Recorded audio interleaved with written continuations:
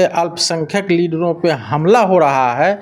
इससे पहले भी कई अल्पसंख्यक लीडर शहाबुद्दीन साहब हो या अतीक अहमद हो या उसके बाद आप ये अभी हालिया ये ले लीजिए बाबा सिद्दीकी। एक हिसाब से जो हमारा और आपका वो अल्पसंख्यक का नेतृत्व करने वाले जो लीडर हैं, मेरे ख्याल से उनको ही क्यों टारगेट किया जाता है। समय जो है मुंबई जो है डॉन इब्राहिम डी कंपनी जिस तरह से चलाया जाता था, उनका एक अपना दबदबा था। क्या वही विरासत फिर जो है मुंबई के अंदर आने की कोशिश है। सिद्दीकी को गोली मारी गई, उसकी बेटे के ऑफिस के सामने उसे 3 गोली लगी है। उसके बाद जो है उनकी इलाज के दौरान उसकी मौत हो गई। इसके बाद जो है यह मामला जो है पूरे गरमाया हुआ है। क्यों? आखिर कई लोग सोच रहे हैं कि यह जो है बाबा सिद्दीकी के मौत के कारण क्या है। कई सलमान खान के करीबी रहे बाबा सिद्दीकी। बाबा सिद्दीकी का सफ़र बताएं हम। बाबा सिद्दीकी बिहार के गोपालगंज के रहने वाले, जो एक छोटे से गांव से रहकर मुंबई तक का सफ़र, इनका जो है संघर्ष की कहानी जब आप सुनेंगे तो आपको जो है नोई गैंग की जो आतंक पूरे भारत में फैलने जा रहा है। एक अपराधी जो जेल के अंदर रहकर कई बड़े बड़े नेताओं को जो है धमकी दे रहा है, ऊपर से मर्डर भी किया जा रहा है। लेकिन इसको लेकर जो है सरकार चुप्पी साधी हुई है। आएंगे कि सदर आलम किस तरह से देख रहे हैं। सदर आलम जी, बाबा साहब की मौत, बाबा सिद्दीकी साहब की मौत उनकी बेटे के ऑफिस के सामने कर दिया जाता है, कैसे देखते हैं इस मामले को, क्या कुछ कहिएगा। देखिए, बाबा साहब सिद्दीकी का मौत वो एक्चुअली मौत नहीं था। उनके ऊपर गोलियों से प्रहार किया गया और उस क्रम में जब वो घायल हुए तो हॉस्पिटल जाने के क्रम में ही उनकी मृत्यु हो गई।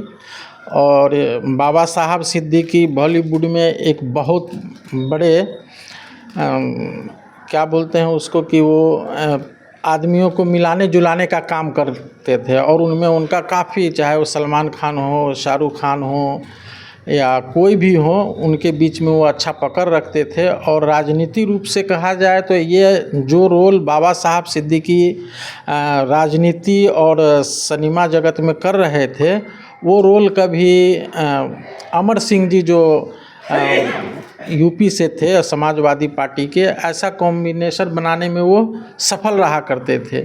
चाहे वो बॉलीवुड के लोग हों या कोई हों, उनसे और राजनेता के बीच वो अच्छा समन्वय बैठाने का काम कर रहे थे।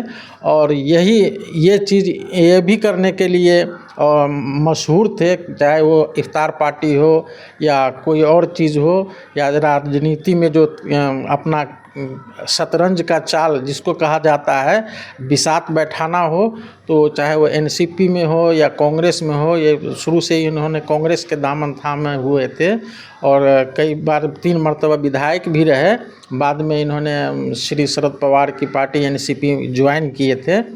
और इनका चले जाना और जिस तरह से अल्पसंख्यक लीडरों पे हमला हो रहा है, इससे पहले भी कई अल्पसंख्यक लीडर शहाबुद्दीन साहब हो या अतीक अहमद हो या उसके बाद आप ये अभी हालिया ये ले लीजिए बाबा सिद्दीकी। एक हिसाब से जो हमारा और आपका वो अल्पसंख्यक का नेतृत्व करने वाले जो लीडर हैं, मेरे ख्याल से उनको ही क्यों टारगेट किया जाता है, जबकि ये काफ़ी साफ़ सुथरे छवि के थे। इनका बयान भी कभी कोई इस तरह से नहीं हो रहा था और ये बयान नहीं दे रहे थे जिससे समाज में किसी तरह का ईर्ष्या द्वेष पैदा हो। इसके बावजूद भी इनके ऊपर ये हमला हो जाना, ये निश्चित रूप से बॉम्बे के लिए बहुत ही बड़ा वहाँ के कानून व्यवस्था पे सवालिया चिन्ह है। और महाराष्ट्र सरकार को चाहिए कि इस पे स्पेशल जांच बैठा करके, आयोग बैठा करके इसका दूध का दूध और पानी का पानी जल्दी आ जाना चाहिए। जो लोग लॉरेन बिश्नोई जो है, जिनके बारे में कहा गया है, आरोप है और कानून अपना काम कर रही है। और जैसे ही ये साफ़ हो जाता है कि उनके मर्डर में किनका हाथ है, हम लोगों को पूरा यकीन और भरोसा और विश्वास है कानून व्यवस्था पे कि वो देर सवेर इस दूध का दूध और पानी का पानी करके जनता के सामने लाएगी।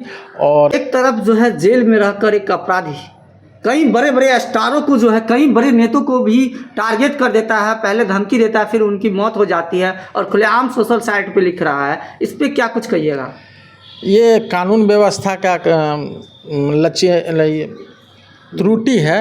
अगर कानून अपना काम सही से करे तो जो लोग जेल में बंद है वो ऐसा नहीं कर सकते हैं। कानून को सख्त होना पड़ेगा और जो सज़ा याफ्ता मुजरिम है वो सज़ा काट रहा है, उनको इतनी छूट नहीं मिलनी चाहिए कि समाज में इस तरह के बड़े हस्ती को टारगेट करके और उनको निशाना बनाए। ये दुर्भाग्यपूर्ण है। क्या कुछ कहिएगा? पप्पू यादव कह रहे हैं अगर हमें जो है इजाज़त दिया जाएगा 24 घंटे के अंदर हम जो खत्म कर देंगे ये मेरे ख्याल से ये पप्पू यादव का बयान जो है वो कानून के नज़र में सही नहीं है। कानून अपना काम कर रही है। वो एक इस बयान को आप जज्बाती बयान समझ सकते हैं, जज्बाती हो सकते हैं और कोई भी आदमी जज्बाती होंगे, चूँकि इतना बड़ा घटना, इतने बड़े लीडर का के ऊपर अटैक हो जाना, जबकि हम लोगों को तो यहाँ तक खबर है कि वाइस श्रेणी का सुरक्षा भी उनके पास था। इसके बावजूद सुरक्षा भी उनके जांच के दायरे में आना चाहिए कि भाई आप सुरक्षा कर रहे थे तो इतनी बड़ी चूक कैसे हुई।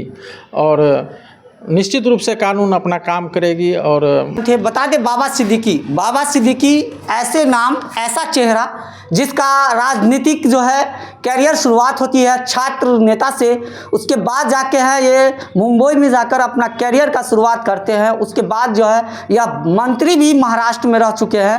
बाबा सिद्दीकी की मौत के बाद लोगों में दहशत है, डर का माहौल है। बता दें जिस देश में लॉ एंड ऑर्डर हो, उस देश की जिस तरह से चरमराई हुई व्यवस्था जिस तरह से लग रहा है पूरे भारत में जो है लॉ एंड ऑर्डर नाम की चीज़ नहीं ला गई है। लॉ इस तरह से बाबा सिद्दीकी की मौत के बाद पूरे बिहार और पूरे देश के लोग जो है सदमे में हैं। इस पे आप क्या कहना चाह रहे हैं? आपकी प्रतिक्रिया क्या है? कमेंट में हमें ज़रूर बताइएगा। तब तक के बने